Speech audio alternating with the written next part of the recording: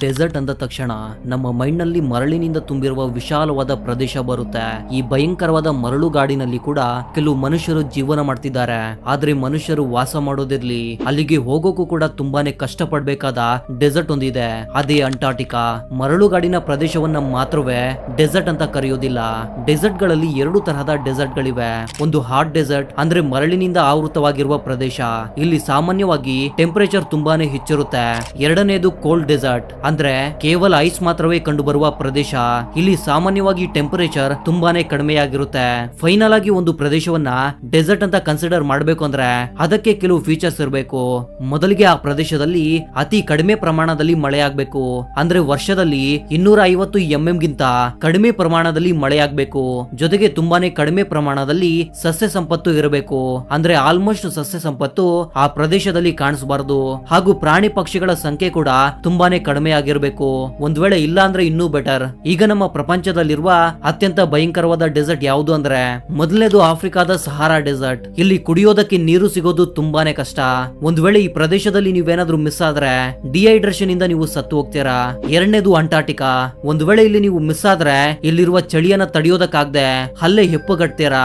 ಇಂತಹ ಭಯಂಕರವಾದ ಪ್ರದೇಶದಲ್ಲಿ ಅಡಗಿರುವ ರಹಸ್ಯಗಳ ಬಗ್ಗೆ ಈ ವಿಡಿಯೋದಲ್ಲಿ ಡೀಟೇಲ್ ಆಗಿ ಮಾತನಾಡೋಣ ಬನ್ನಿ. ಅದಕ್ಕೂ ಮೊದಲು ಒಂದು ಚಿಕ್ಕ ರಿಕ್ವೆಸ್ಟ್, ಇಂತಹ ಇನ್ಫಾರ್ಮೇಟಿವ್ ವಿಡಿಯೋಸ್ ಗಳನ್ನ ನಾವು ಹೆಚ್ಚಾಗಿ ಮಾಡ್ಬೇಕಂದ್ರೆ ನೀವು ಈ ವಿಡಿಯೋಗೆ ತಪ್ಪದೆ ಒಂದು ಲೈಕ್ ಅನ್ನ ಮಾಡಬೇಕು. ಇನ್ನು ತಡ ಮಾಡೋದು ಬೇಡ, ಲೆಟ್ಸ್ ಗೆಟ್ ಸ್ಟಾರ್ಟೆಡ್. ನಂಬರ್ 1, ವಿಜ್ಞಾನಿಗಳಿಗೆ ಅಂಟಾರ್ಟಿಕಾದ ಒಂದು ಪ್ರದೇಶದಲ್ಲಿ ಒಂದು ಏನ್ಷಿಯಂಟ್ ರೈನ್ ಫಾರೆಸ್ಟ್ ನ ಅವಶೇಷಗಳು ಸಿಕ್ಕಿವೆ. ಅಂದ್ರೆ ಒಂದು ಕಾಲದಲ್ಲಿ ಅಂಟಾರ್ಟಿಕಾ ಹಚ್ಚ ಹಸಿರಿನಿಂದ ಕೂಡಿರುವ ಮಳೆಕಾಡಾಗಿತ್ತು, ಅದು ಕೂಡ 9 ಕೋಟಿ ವರ್ಷಗಳ ಹಿಂದೆ. ಈ ಅನ್ವೇಷಣೆ ಅನ್ನೋದು ಅಂಟಾರ್ಟಿಕಾದ ಹಳೆಯ ಪ್ರಪಂಚದ ಬಗ್ಗೆ ನಮ್ಗೆ ತಿಳಿಸುತ್ತೆ. ಈ ಮಳೆಕಾಡಿನ ಅವಶೇಷಗಳು ಹಿಮದಿಂದ ಮುಚ್ಚಿರುವ ಸಮುದ್ರದ ತಳಭಾಗದಲ್ಲಿ ಕಂಡು ಬಂದಿವೆ. ಅಲ್ಲಿ ಸಸ್ಯಗಳ ಬೇರುಗಳು ಹಾಗೂ ಕೆಲವು ಸಸಿಗಳ ಬೀಜಗಳು ಸಿಕ್ಕಿವೆ.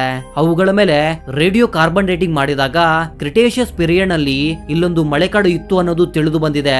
ಆ ಸಮಯದಲ್ಲಿ ಭೂಮಿಯ ಮೇಲಿದ್ದ ಹೆಚ್ಚು ಪ್ರಮಾಣದ ಕಾರ್ಬನ್ ಡೈಆಕ್ಸೈಡ್ ನಿಂದ ಈ ಪ್ರದೇಶದ ಟೆಂಪರೇಚರ್ ತುಂಬಾನೇ ಹೆಚ್ಚಾಗಿತ್ತು. ಇದರಿಂದ ಈ ಪ್ರದೇಶದಲ್ಲಿ ಹಚ್ಚ ಹಸಿರಿನಿಂದ ಕೂಡಿದ ಕಾಡು ಬೆಳೆದಿತ್ತು. ಇದರ ಜೊತೆಗೆ 1909ರಲ್ಲಿ ಈ ಪ್ರದೇಶದಲ್ಲಿ ಸಿಕ್ಕ ಕಲ್ಲಿದ್ದಲು ಈ ಪ್ರದೇಶದಲ್ಲಿ ಕೋಟ್ಯಾಂತರ ವರ್ಷಗಳ ಕಾಲ ಕಾಡು ಜೀವಂತವಾಗಿತ್ತು ಅಂತ ನಿರೂಪಿಸುತ್ತೆ. ನಂಬರ್ 2, 2022ರಲ್ಲಿ ವಿಜ್ಞಾನಿಗಳ ಒಂದು ತಂಡ ಸ್ಯಾಟಲೈಟ್ ನ ಸಹಾಯದಿಂದ ಅಂಟಾರ್ಟಿಕಾದ ಕೆಲವು ಫೋಟೋಗಳನ್ನ ತೆಗಿತಾರೆ. ಅಂಟಾರ್ಟಿಕಾದಲ್ಲಿರುವ ಲರ್ಸನ್ ಬಿ ಐಸ್ ಶೆಲ್ಫ್ ಅನ್ನುವ ಪ್ರದೇಶದಲ್ಲಿ ಒಂದು ದೊಡ್ಡ ಬಿರುಕನ್ನ ನೋಡ್ತಾರೆ. ಇದರ ಮೇಲೆ ಅನುಮಾನ ಬರೋದಕ್ಕೆ ಮುಖ್ಯ ಕಾರಣ ಏನು ಅಂದ್ರೆ 2021ಕ್ಕಿಂತ ಮೊದಲು ತೆಗೆದ ಫೋಟೋಗಳಲ್ಲಿ ಈ ಬಿರುಕು ಕಾಣಿಸ್ಕೊಂಡಿಲ್ಲ. ರೀಸೆಂಟ್ ಆಗಿ ತೆಗೆದ ಫೋಟೋಗಳಲ್ಲಿ ಮಾತ್ರವೇ ಈ ಬಿರುಕು ಕಾಣಿಸ್ಕೊಂಡಿದೆ. ಇದರಿಂದ ವಿಜ್ಞಾನಿಗಳ ತಂಡ ಈ ಬಿರುಕಿನ ಮೇಲೆ ರಿಸರ್ಚ್ ಮಾಡೋದಕ್ಕೆ ಒಂದು ಹಾಟ್ ವಾಟರ್ ಡ್ರಿಲ್ಲಿಂಗ್ ಮಷಿನ್ ಗೆ ಕ್ಯಾಮರಾವನ್ನ ಫಿಕ್ಸ್ ಮಾಡಿ ಆ ಪ್ರದೇಶದಲ್ಲಿ ಡ್ರಿಲ್ ಮಾಡೋದಕ್ಕೆ ಶುರು ಮಾಡ್ತಾರೆ. ಸುಮಾರು 500 ಮೀಟರ್ ಆಳಕ್ಕೆ ಹೋದ್ಮೇಲೆ ಡ್ರಿಲ್ಲಿಂಗ್ ಅನ್ನ ನಿಲ್ಲಿಸಬೇಕಾಗಿ ಬಂತು. ಯಾಕಂದ್ರೆ ಡ್ರಿಲ್ ನಲ್ಲಿ ಅಳವಡಿಸಿರುವ ಕ್ಯಾಮರಾ ಅಂಟಾರ್ಟಿಕಾದ ಕೆಳಗಡೆ ಇರುವ ಮತ್ತೊಂದು ಪ್ರಪಂಚವನ್ನ ಸೆರೆ ಹಿಡಿದಿದೆ. ಅಂದ್ರೆ ಅಂಟಾರ್ಟಿಕಾದ ಕೆಳಗಡೆ ಒಂದು ನದಿ ಹರಿತಾ ಇತ್ತು. ನದಿ ಕಂಡು ಬಂದಿದ್ದು ವಿಜ್ಞಾನಿಗಳಿಗೆ ಆಶ್ಚರ್ಯಪಡಿಸಲಿಲ್ಲ. ಆ ನದಿಯಲ್ಲಿರುವ ಒಂದು ಗುಹೆಯಲ್ಲಿ ಲಕ್ಷಾಂತರ ಆಂಪಿಬರ್ಡ್ಸ್ ಕಂಡು ಬರುತ್ತವೆ, ಅಂದ್ರೆ ಶೀಗಡಿಗಳ ಪ್ರಪಂಚ ಕಂಡು ಬರುತ್ತೆ. ಡ್ರಿಲ್ ಅಲ್ಲಿಗೆ ಬಂದ ತಕ್ಷಣ ಅವು ತುಂಬಾನೇ ಆಕ್ಟಿವ್ ಆಗಿ ಓಡಾಡ್ತಾ ಇದ್ವು. ಆದ್ರೆ ಅತಿ ದೊಡ್ಡ ಪ್ರಶ್ನೆ ಏನಂದ್ರೆ ಅಂಟಾರ್ಟಿಕಾದ 500 ಮೀಟರ್ ಕೆಳಗಡೆ ಈ ಆಂಪಿಬರ್ಡ್ಸ್ ಎಲ್ಲಿಂದ ಬಂದ್ವು ಅಂತ, ಹಾಗೂ ಜೀವಂತವಾಗಿ ಇರೋದಕ್ಕೆ ಏನನ್ನ ತಿಂದು ಬದುಕ್ತಾ ಇರಬಹುದು. ಎಕ್ಸ್ಪರ್ಟ್ಸ್ ಹೇಳುವ ಪ್ರಕಾರ ಸಾಮಾನ್ಯವಾಗಿ ಸಮುದ್ರದಲ್ಲಿ ಕಂಡುಬರುವ ಶೀಗಡಿಗಳು ಸತ್ತು ಹೋಗಿರುವ ಮತ್ತು ಕೊಳೆತು ಹೋಗಿರುವ ಸಸ್ಯಗಳನ್ನ ತಿಂದು ಜೀವಿಸ್ತವೆ. ಇದರ ಅರ್ಥವೇನು ಅಂದ್ರೆ ಅಂಟಾರ್ಟಿಕಾದ ಈ ರಹಸ್ಯವಾದ ನದಿಯಲ್ಲಿ ಒಂದಲ್ಲ ಒಂದು ಸಮಯದಲ್ಲಿ ಖಂಡಿತ ಸಸ್ಯಗಳು ಬೆಳೀತಾ ಇದ್ವು. ಅವುಗಳನ್ನ ತಿಂದು ಈ ಶೀಗಡಿಗಳು ತಮ್ಮ ಸಂತತಿಯನ್ನ ಹೆಚ್ಚಿಸಿಕೊಂಡಿವೆ. ನಂಬರ್ 3, ಇಲ್ಲಿಯವರೆಗೂ ಸಮುದ್ರದಲ್ಲಿ ಕಂಡು ಬಂದ ಅತ್ಯಂತ ಆಳವಾದ ಪ್ರದೇಶ ಈ ಚಾಲೆಂಜರ್ ಡೀಪ್. ಎರಡನೇ ಸ್ಥಾನದಲ್ಲಿ ಬ್ರೋನ್ಸನ್ ಡೀಪ್ ಇದೆ. ಆದ್ರೆ ಮೂರನೇ ಸ್ಥಾನದಲ್ಲಿ ಅಂಟಾರ್ಟಿಕಾದ ಸದರ್ನ್ ಓಷನ್ ನಲ್ಲಿರುವ ಫ್ಯಾಕ್ಟೋರಿಯನ್ ಡೀಪ್ ಇದೆ. ಇದನ್ನ 2019ರಲ್ಲಿ ಕಂಡುಹಿಡಿಯಲಾಗಿತ್ತು. ಇದು ಎಷ್ಟೊಂದು ಆಳವಾಗಿದೆ ಅಂದ್ರೆ ಸುಮಾರು 7437 ಮೀಟರ್ ಅಷ್ಟು ಆಳವಾಗಿದೆ. ಈ ಫ್ಯಾಕ್ಟೋರಿಯನ್ ಡೀಪ್ ಅನ್ನ ಸೋನಾರ್ ಸ್ಕ್ಯಾನಿಂಗ್ ನ ಮೂಲಕ ಅಂಟಾರ್ಟಿಕಾದ ಹತ್ತಿರದಲ್ಲಿ ಕಂಡುಹಿಡಿಯಲಾಗಿತ್ತು. ಒಂದು ಶಿಪ್ ನಲ್ಲಿ ಸೋನಾರ್ ಸ್ಕ್ಯಾನಿಂಗ್ ಅನ್ನ ಫಿಕ್ಸ್ ಮಾಡಿಕೊಂಡು ಸದರ್ನ್ ಸಮುದ್ರದ ಹಿಮದ ನೀರಿನಲ್ಲಿ ಪ್ರಯಾಣಿಸ್ತಾರೆ. ಇಲ್ಲಿಯವರೆಗೂ ಸಮುದ್ರದ ಫ್ಲೋರ್ ಮ್ಯಾಪ್ ಅನ್ನ ತಯಾರಿಸಿದ ಈ ಸೋನಾರ್ ಸ್ಕ್ಯಾನಿಂಗ್ ಬರೋಬ್ಬರಿ 1200 ಟೆಸ್ಟ್ ಗಳನ್ನ ಮಾಡಿದೆ. ಆದ್ರೆ ಇಲ್ಲಿಯವರೆಗೂ ರಿಸರ್ಚರ್ಸ್ ಗೆ ಅರ್ಥವಾಗದ ರಹಸ್ಯವೇನೆಂದ್ರೆ ಅಷ್ಟಕ್ಕೂ ಈ ಪಾಯಿಂಟ್ ಹೇಗೆ ಕ್ರಿಯೇಟ್ ಆಗಿದೆ ಹಾಗೂ ಸುತ್ತಮುತ್ತ ಸಮುದ್ರದಲ್ಲಿ ಬರುವ ಕರೆಂಟ್ಸ್ ಗೆ ಇರುವ ಸಂಬಂಧವೇನು ಅಂತ ವಿಜ್ಞಾನಿಗಳಿಗೆ ಈಗಲೂ ಅರ್ಥವಾಗಿಲ್ಲ. ನಂಬರ್ 4, 2022ರಲ್ಲಿ ಅಂಟಾರ್ಟಿಕಾದಿಂದ ಪ್ರಯಾಣ ಮಾಡ್ತಿದ್ದ ಒಂದು ಕ್ರೂಸ್ ಲೈನ್ ನ ಪ್ರಯಾಣಿಕರು ನೀರಿನ ನೀರಿನಲ್ಲಿ ಒಂದು ದೊಡ್ಡ ಗಾತ್ರದ ಜೆಲ್ಲಿ ಫಿಶ್ ಅನ್ನ ನೋಡ್ತಾರೆ. ಆ ಶಿಪ್ ನ ಆಪರೇಟರ್ಸ್ ಒಂದು ಚಿಕ್ಕ ಸಬ್ಮರ್ಸಿಬಲ್ ಅನ್ನ ಸಮುದ್ರಕ್ಕೆ ಇಳಿಸಿ ಅದರಲ್ಲಿ ಪ್ರಯಾಣಿಕರಿಗೆ ಒಂದು ದೊಡ್ಡ ಜೆಲ್ಲಿ ಫಿಶ್ ಅನ್ನ ತೋರಿಸ್ತಾರೆ. ಇದೊಂದು ತುಂಬಾನೇ ದೊಡ್ಡ ಗಾತ್ರದ ಜೆಲ್ಲಿ ಫಿಶ್ ಆಗಿತ್ತು. ಹೆಚ್ಚು ಕಡಿಮೆ 33 ಅಡಿಗಳಷ್ಟು ದೊಡ್ಡದಾಗಿತ್ತು. ಇದನ್ನ ಜೈಂಟ್ ಫ್ಯಾಂಟಮ್ ಜೆಲ್ಲಿ ಫಿಶ್ ಎಂದು ಕರೀತಾರೆ. ಆದ್ರೆ ಇಲ್ಲಿ ಆಶ್ಚರ್ಯಕರ ಸಂಗತಿ ಏನಂದ್ರೆ ಸಾಮಾನ್ಯವಾಗಿ ಇಂತಹ ಜೆಲ್ಲಿ ಫಿಶ್ ಗಳು ಸಮುದ್ರದ 3500 ಮೀಟರ್ ಆಳದಲ್ಲಿ ಕಂಡು ಬರುತ್ತೆ. ಆದ್ರೆ ಇದನ್ನ ಅಂಟಾರ್ಟಿಕಾದ ಸಮುದ್ರದ ಸರ್ಫೇಸ್ ಲೆವೆಲ್ ನಲ್ಲಿ ನೋಡಲಾಗಿದೆ. ಇಲ್ಲಿಯವರೆಗೂ ವಿಜ್ಞಾನಿಗಳಿಗೆ ಅರ್ಥವಾಗದ ಸಂಗತಿ ಏನಂದ್ರೆ ಇಷ್ಟೊಂದು ದೊಡ್ಡ ಗಾತ್ರದ ಜೆಲ್ಲಿ ಫಿಶ್ ಈ ಅಂಟಾರ್ಟಿಕಾದ ಸಮುದ್ರದ ಸರ್ಫೇಸ್ ಲೆವೆಲ್ ನಲ್ಲಿ ಹೇಗೆ ಸರ್ವೈವ್ ಆಗ್ತಾ ಇದೆ ಅಂತ. ನಂಬರ್ 5, ಅಂಟಾರ್ಟಿಕಾದ ಈ ಬಂಜರು ಭೂಮಿಯಲ್ಲಿ ಇಲ್ಲಿಯವರೆಗೂ ತುಂಬಾನೇ ಮೆಟೀರಿಯಲ್ ಸಿಕ್ಕಿವೆ. ಇವು ಸಾಮಾನ್ಯವಾದ ಕಲ್ಲುಗಳಲ್ಲ, ಬದಲಿಗೆ ನಮ್ಮ ಬ್ರಹ್ಮಾಂಡದ ಬಗ್ಗೆ ತಿಳಿಸುವ ಕಲ್ಲುಗಳು.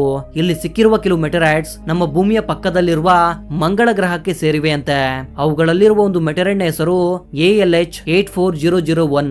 ವಿಜ್ಞಾನಿಗಳ ಪ್ರಕಾರ ಈ ಕಲ್ಲು ನಮ್ಮ ಸೌರಮಂಡಲದ ಅತ್ಯಂತ ಪುರಾತನವಾದ ವಸ್ತುಗಳಲ್ಲಿ ಒಂದು. ಅಂದ್ರೆ ಸುಮಾರು 4.5 ಬಿಲಿಯನ್ ವರ್ಷಗಳ ಪುರಾತನವಾಗಿದೆ ಈ ಬಂಡೆ ಕಲ್ಲು.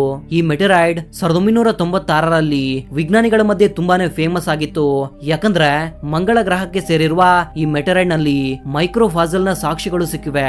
ಇದರ ಅರ್ಥವೇನು ಅಂದ್ರೆ ಈ ಮೆಟೀರೈಡ್ ಮಂಗಳನಿಂದ ಬೇರ್ಪಟ್ಟು ಬಂದ ಸಮಯದಲ್ಲಿ ಮಂಗಳ ಗ್ರಹದಲ್ಲಿ ಜೀವ ಇತ್ತು ಅನ್ಸುತ್ತೆ. ಇದೇ ನಂಬಿಕೆಯ ಮೇಲೆ ಈಗಲೂ ಕೂಡ ವಿಜ್ಞಾನಿಗಳು ಮಂಗಳನಲ್ಲಿ ಜೀವ ಹುಡುಕುವ ಕೆಲಸ ಮಾಡ್ತಿದ್ದಾರೆ.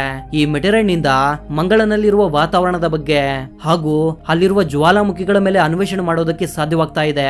ಇದರಲ್ಲಿ ಕೆಲವು ಮಿನರಲ್ಸ್ ಕೂಡ ಕಾಣಿಸ್ಕೊಂಡಿವೆ. ಅವು ಕೇವಲ ನೀರಿನಲ್ಲಿ ಮಾತ್ರವೇ ಕಂಡು ಬರ್ತವೆ. ಇದರಿಂದ ಮೊದಲು ಮಂಗಳನಲ್ಲಿ ಕೂಡ ನೀರು ಇತ್ತು ಅಂತ ತಿಳಿಯುತ್ತೆ. ನಂಬರ್ 6, ನಮ್ಮಲ್ಲಿ ತುಂಬಾ ಜನರಿಗೆ ಒಂದು ಡೌಟ್ ಇರುತ್ತೆ. ವಿಜ್ಞಾನಿಗಳಿಗೆ ಕೋಟ್ಯಾಂತರ ವರ್ಷಗಳ ಹಿಂದೆ ನಮ್ಮ ಭೂಮಿಯ ಮೇಲಿದ್ದ ವಾತಾವರಣದ ಬಗ್ಗೆ ಹೇಗೆ ತಿಳಿಯುತ್ತೆ ಅಂತ. ಇದರ ರಹಸ್ಯ ಕೂಡ ಅಂಟಾರ್ಟಿಕಾದ ಹಿಮದ ಕೆಳಗಡೆ ಸಮಾಧಿಯಾಗಿದೆ. ಇಲ್ಲಿರುವ ಪುರಾತನವಾದ ಐಸ್ ಕ್ಯೂಬ್ಸ್ ಅಲ್ಲಿ ನಮ್ಮ ಭೂಮಿಯ ಹಿಂದಿನ ವಾತಾವರಣದ ಮಾಹಿತಿ ಸುರಕ್ಷಿತವಾಗಿ ಸ್ಟೋರ್ ಆಗಿದೆ.